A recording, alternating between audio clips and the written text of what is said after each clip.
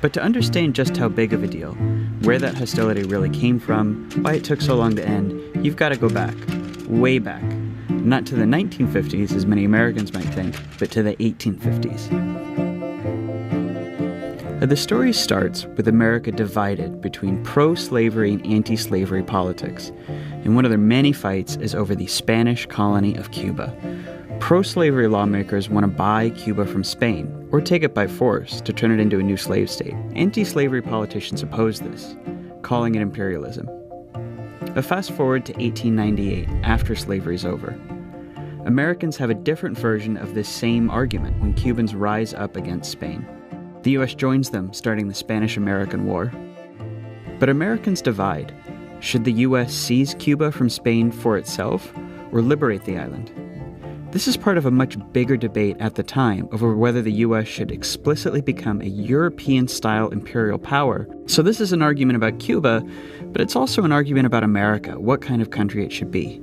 Should America be the kind of country that controls Cuba, or that respects it as a fellow sovereign nation? And that argument has continued in different forms ever since. At this point, in 1898, that fight happens in Congress. Each side passes laws trying to force their way.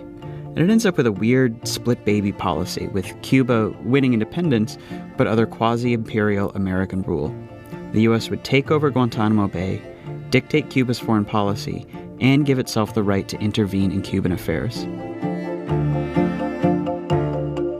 Then came the American interventions in Cuba in 1906, 1917. Each time, the U.S. military takes over for a few years, ostensibly to resolve some political crisis, but that usually means protecting American interests, such as sugar imports.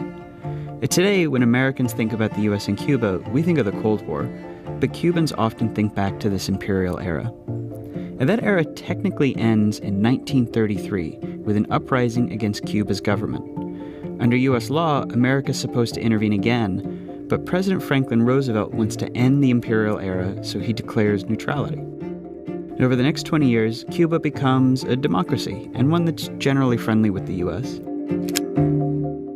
That changes in 1952, when a former president and military leader named Fulgencio Batista seizes power in a coup, suspends the Constitution, and imposes an increasingly oppressive rule. Cuba's communist uprising begins the next year, led by a young Fidel Castro. American politics at this point is obsessed with fears of communism, so the U.S. backs Batista in the war, no matter how brutal he becomes. But for Americans, this feels like a front in the struggle against communism. But for Cubans, it feels like Batista is an extension of American imperialism, and the guerrilla war a continuation of their long fight for freedom. And the communists win in 1959 and Castro takes power. The U.S., fearing communism's expansion, sets up the embargo to strangle Cuba's economy, tries to assassinate Castro, and even, in the disaster known as Bay of Pigs, sends in CIA-trained Cubans to try to take over the island.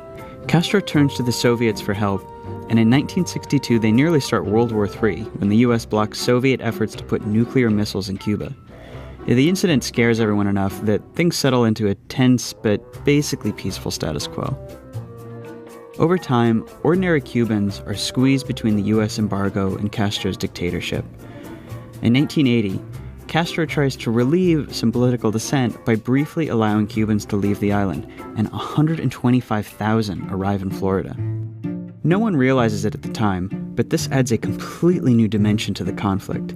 It's now also about the internal Cuban battle between Castro versus Cuban dissidents, which plays out through American politics. And this becomes really important in the 1990s. After the Soviet Union collapses, President Bill Clinton, seeing Cuba poses no threat, wants to end the conflict. And so does Castro, who can't count on Soviet aid anymore.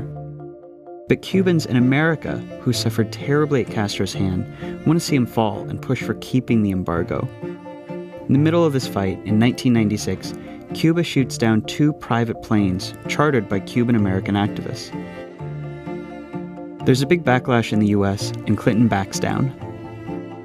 20 years later, President Barack Obama tries again to end the conflict. By now, Americans don't really support the embargo. Lots of Cuban Americans are now economic migrants rather than political exiles, so they want openness. Fidel is getting old, and in 2008, hands power to his brother Raul, who knows the country needs to change.